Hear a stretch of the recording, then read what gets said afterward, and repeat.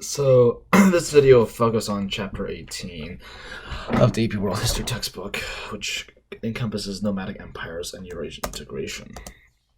So, for a little background, one of the most important groups in all of world history that you probably never heard of are the Central Asian nomads, or aka horse people. The first major group were the Indo-Europeans and Aryans. However, they did not ride horses themselves. They instead rode on horse-drawn chariots. These Central Asian nomads start riding the horses around 1000 BC with the invention of the bridle. As a result, you get groups of the Zhengulu Huns and the White Huns who actually would pose a major threat to many other civilizations. You also get the Saljuq, Ottoman, Uyghur, Ghaznavid, Tatar, and Timurid Turks, the Magyars, and the Mongols, as well as the Khitan, Jurchen, and the Manchus. So, rainfall in Central Asia is too little to support large-scale agriculture. However, due to the vast and open nature of Central Asia, grazing animals can thrive. So, Central Asians turn to animal herding, which provides food, clothing, and shelter, or yurts. The people would often migrate from one place to another in order to actually follow pasture land. You did have some small-scale farming and rudimentary artisanry. And this is a very old photograph of nomads in Turkmenistan. This is their horses, we can see, and as well as this yurt. These shelters are collapsible and thus they can be stored for long distance travel.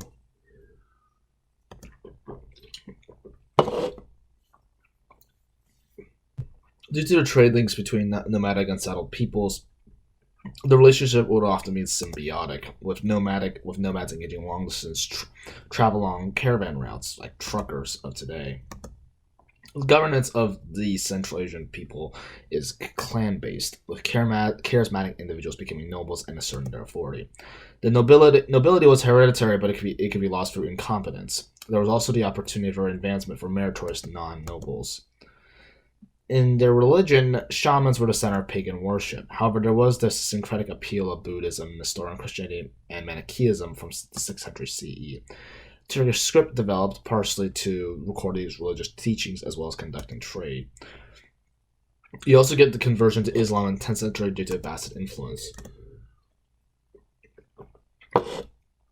These people were often organized as large confederations under a khan or ruler. Authority was extended for tribal elders. The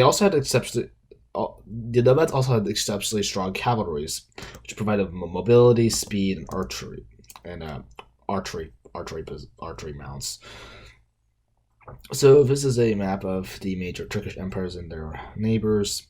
The Sultanate Delhi would be formed by nomads coming from the Hindu Kush, as well as this portion of the Abbasid Empire that was under Saljuq Turkish control.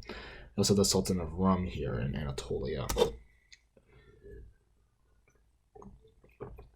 This is a map of the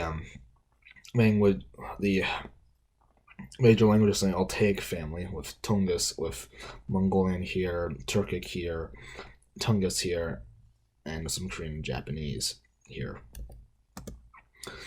And this is also a breakdown of the number of native speakers in the Turkic language family. As you can see, Turkish, speaking in modern-day Turkey, is the most predominant, followed by Azadi, Uzbek, Kazakh, Uyghur, Turkmen, and so on and so forth.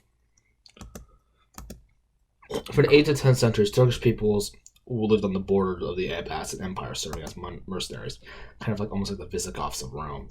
Eventually, they came to dominate Abbasid caliphs. In 1055, a Saljuq leader named Tughril Beg is recognized as the Sultan. The caliphs merely serving as figureheads of authority.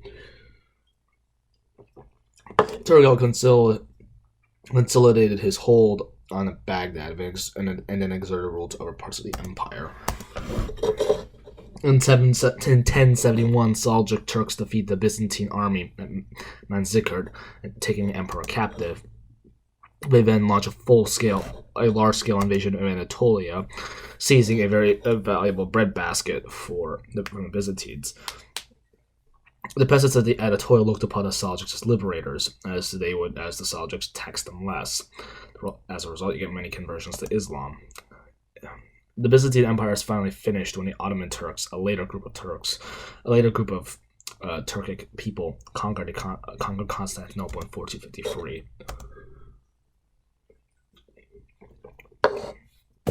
Mahmud of Ghazni, Afghanistan, invades northern India. At first, he just does it for plunder, but later for rule. Northern India, as a result of these Turks, you get the formation of Delhi Sultanate by 13th century. The creation of the Delhi Sultanate resulted in the persecution of Buddhists and Hindus, and the security of Islam and the security of Islam's position in northern India. The military prowess of the Turkish peoples allowed them to move beyond the steppe. Basically, the military prowess of Turkish peoples allowed them to move beyond the steppe lands and dominate settled societies. And then we get the Mongols. First, led by Chinggis Khan, or the universal ruler, in 1206. He broke up the tribal organization and formed military units for men of different tribes in order to ensure unity and harmony. These could often be of 10, 100,000, or 10,000 people.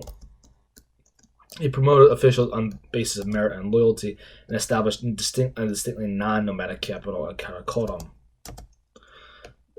The Mongol population only had 1 million. The Mongol population was only 1 million, less than 1% of the Chinese population. Their army was only 100,000 to 125,000. However, their strengths, primarily being cavalry, short bows, and no shame in retreat, and as well as rewarding enemies who surrender and being cruel to enemies who fight, which gave a propaganda, which created a major propaganda incentive to peacefully submit to the Mongols, help the Mongols defeat the Chinese. They conquered northern China by 1220, conquer Afghanistan and Persia later on. They end up ravaging lands to prevent future rebellions. This caused large-scale, long-term devastation. For example, the destruction of the Khanates. They end up killing 11% of the world. However, Genghis Khan was a conqueror, not an administrator, and his empire will quickly splinter after he dies. This is primarily because he did not establish a central government for the lands that he conquered. So this is a map of some of the 12-20 deadliest events in human history, the amount of people that they killed at the time, and what would be equivalent today. Today, if Genghis Khan were alive and he killed the same proportion of the population, he'd be killing almost 800 million people, which would undoubtedly lead to absolute chaos.